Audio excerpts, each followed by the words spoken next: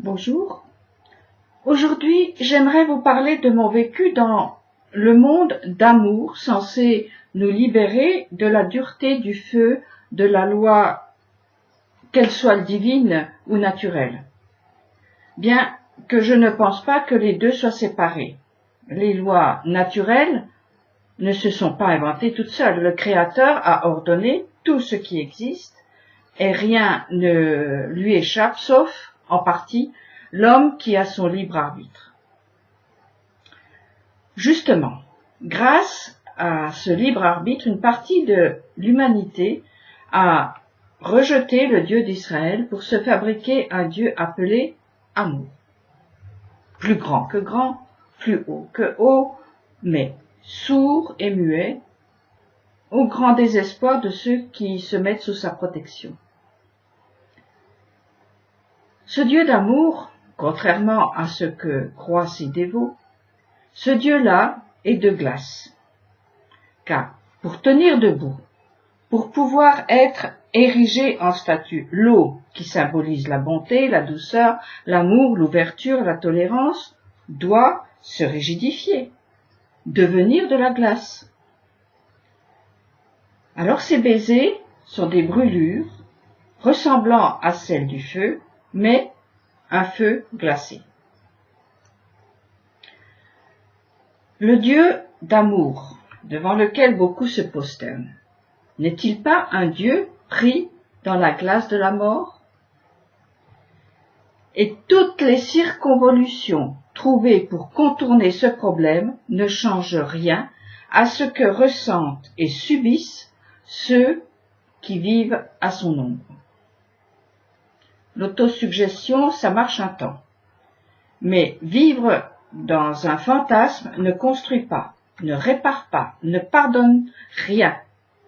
Et surtout, ne permet pas la paix, pourtant promise à grand renfort de miracles. Après bien des années, au nom de ce Dieu, je me suis sentie exploité et surtout trahi. J'ai cherché ailleurs, sous d'autres cieux. Pas facile de partir sans savoir où aller, pas facile de partir au hasard des rencontres, et je crois que c'est ma soif de vérité qui a été mon guide, ce qui m'a certainement permis d'éviter bien des pièges. Le hasard faisant bien les choses, grâce à Dieu, comme on dit, j'ai fait les bonnes rencontres, trouvé les bons endroits qui m'ont permis et me permettent de me réchauffer au feu de ce qui est juste et vrai. Comme le dit le grand Einstein, le hasard, c'est Dieu qui se promène incognito. Einstein savait de quoi il parlait, car il est connu que les plus grandes découvertes ont été faites par hasard, au détour d'une autre recherche. Par hasard, en chemin, tu rencontres ce que tu ne cherchais pas. De la même manière, j'ai rencontré Israël, et dans les vertes prairies, il me fait camper. Il me conduit au bord d'eau paisible. Il restaure mon âme, me dirige dans les sentiers de la justice, en faveur de son nom, comme dit David. Le Dieu d'amour paralyse tous ceux qui l'adorent.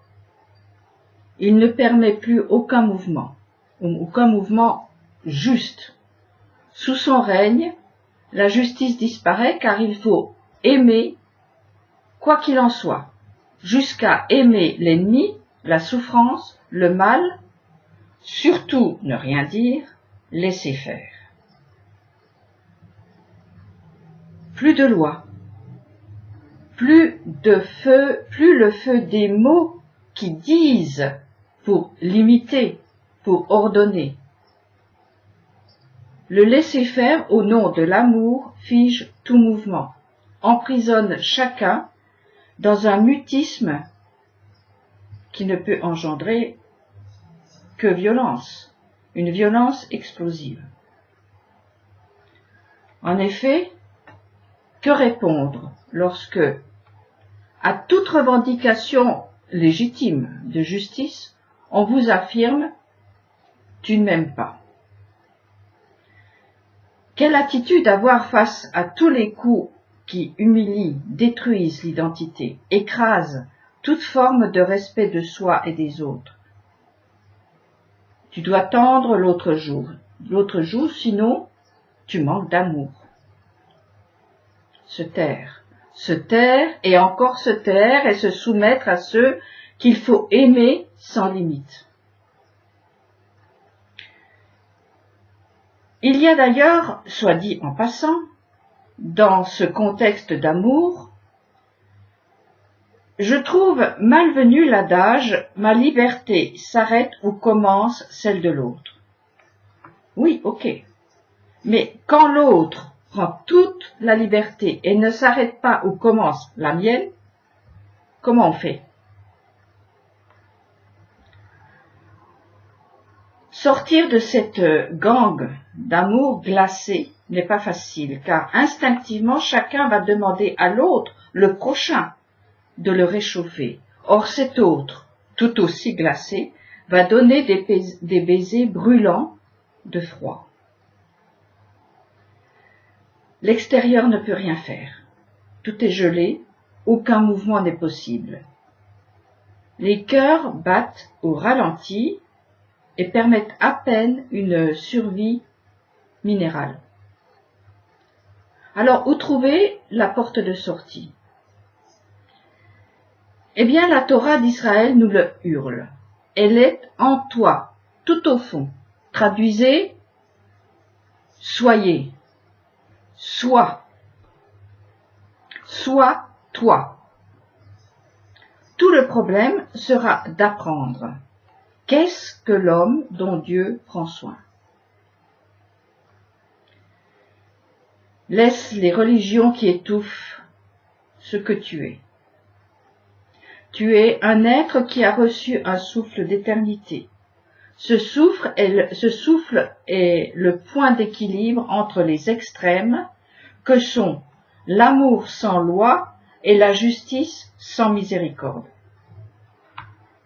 L'homme est un arbre fruitier, dit la Torah d'Israël. Il est fait d'un bois précieux. C'est ce bois qu'il faut chercher, non pas celui des martyrs.